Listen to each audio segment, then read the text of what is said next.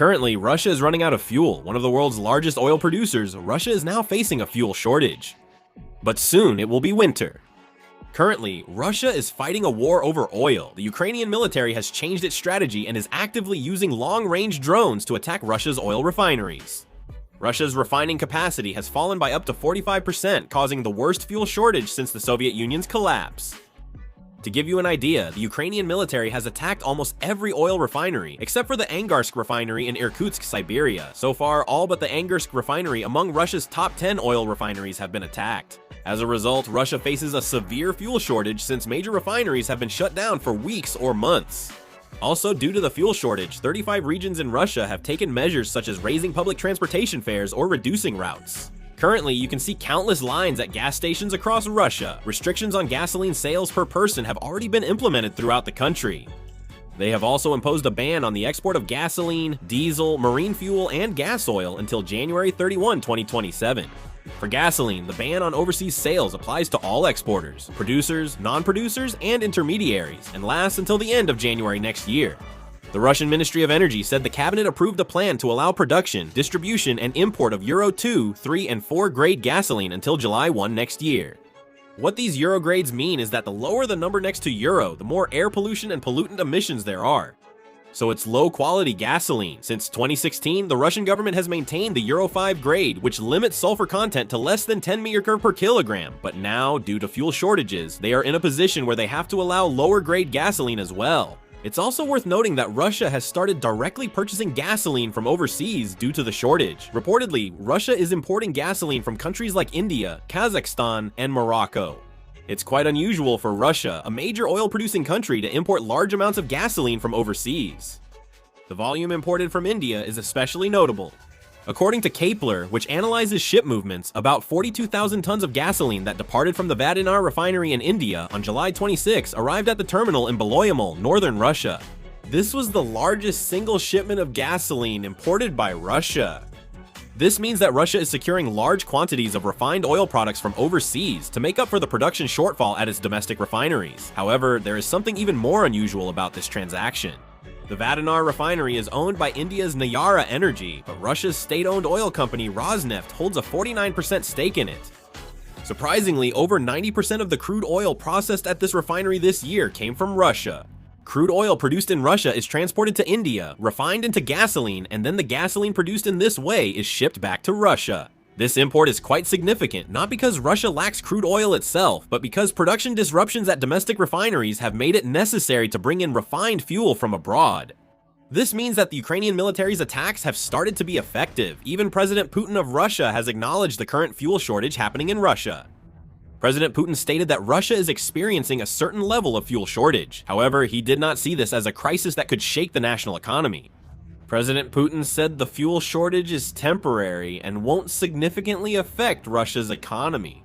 The Russian government wants to avoid a prolonged economic crisis and rising public anxiety, so they're explaining the situation's seriousness only to a limited extent. However, the important change is that the fuel shortage is now becoming a problem that the Russian people can actually feel in their daily lives. Previously, many citizens saw the war in Ukraine as distant from their daily lives. Although battles on the front lines, long-range missile, and drone attacks continued, not all Russian citizens were directly affected by them. However, ongoing attacks on oil refineries and fuel supply disruptions are changing the situation. As it becomes harder to get fuel at gas stations and even sales restrictions are being implemented, the impact of the war is entering the daily lives of the people. In this situation, it is also important to pay attention to changes in President Putin's approval rating. According to a pro-government public opinion poll, the Russian Public Opinion Foundation conducted a face-to-face survey of 1,500 adults from July 10th to 12th. The results showed that 66% of respondents evaluated President Putin's job performance positively. In the previous survey, it was 71%, so it dropped by 5 percentage points in just one survey. What is particularly noteworthy in the data is that the 66% figure is the lowest level since Russia's invasion of Ukraine in February 2022. Of course, we can't conclude that the overall public opinion of the Russian people has changed drastically based on this figure alone. However, it is important to note that as the war drags on, fuel shortages and economic burdens have also begun to affect people's daily lives. For President Putin, how quickly he can stabilize the fuel supply issue has become an important task not only for the economy but also for managing public sentiment.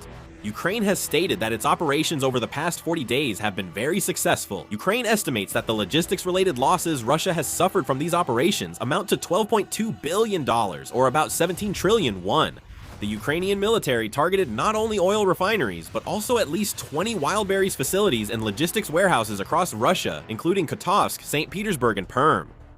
Wildberries is Russia's largest e-commerce platform, with over 80 million monthly users.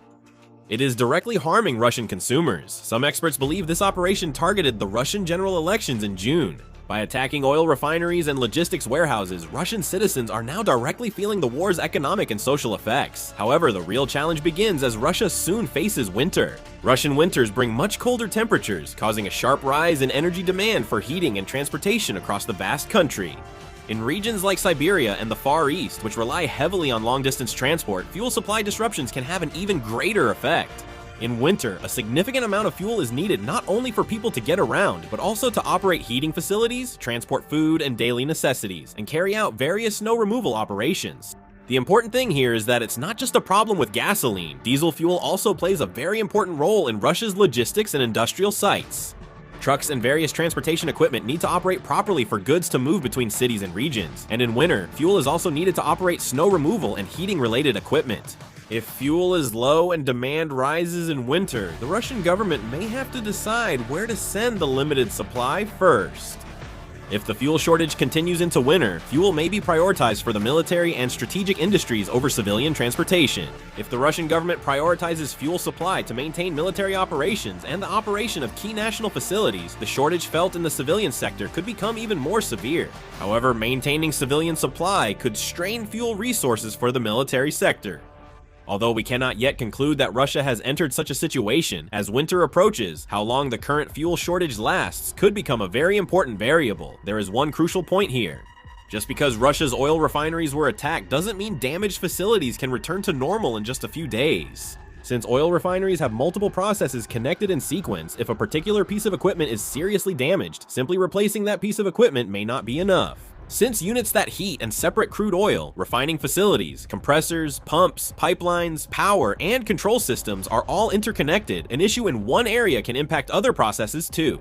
Especially if a drone attack destroys a key facility, the recovery process can take a long time. First, the exact extent of the damage must be assessed, and after dismantling the damaged equipment, it is necessary to determine which parts need to be replaced. After that, you need to secure and install the necessary equipment and parts, and then test each process step by step to make sure everything is working properly. Large equipment used in oil refining facilities cannot be purchased immediately like parts used in regular factories, so the process of securing the necessary parts itself can extend the recovery period. Additionally, Russia being under Western sanctions is another factor. Some advanced equipment, technology, and control systems needed for oil refineries rely on overseas supply chains, making it unlikely that Russia can quickly source all needed parts domestically. Russia is producing equipment locally or sourcing it from other countries, but securing, installing the equipment, and resuming normal production takes time.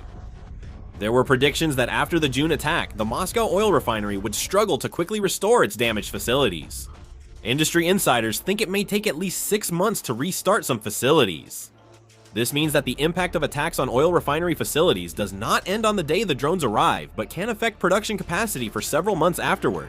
The bigger problem is that Russian oil refinery facilities could continue to be attacked even during the recovery period. Oil refineries can't relocate like StarCraft command centers. They must stay put. The key point is the Ukrainian military will likely continue targeting them. That's definitely possible. Also, as Russia repairs one oil refinery, attacks on refineries in other regions could cause new losses greater than the restored production capacity. If that happens, Russia will struggle to quickly restore production by repairing damaged facilities individually.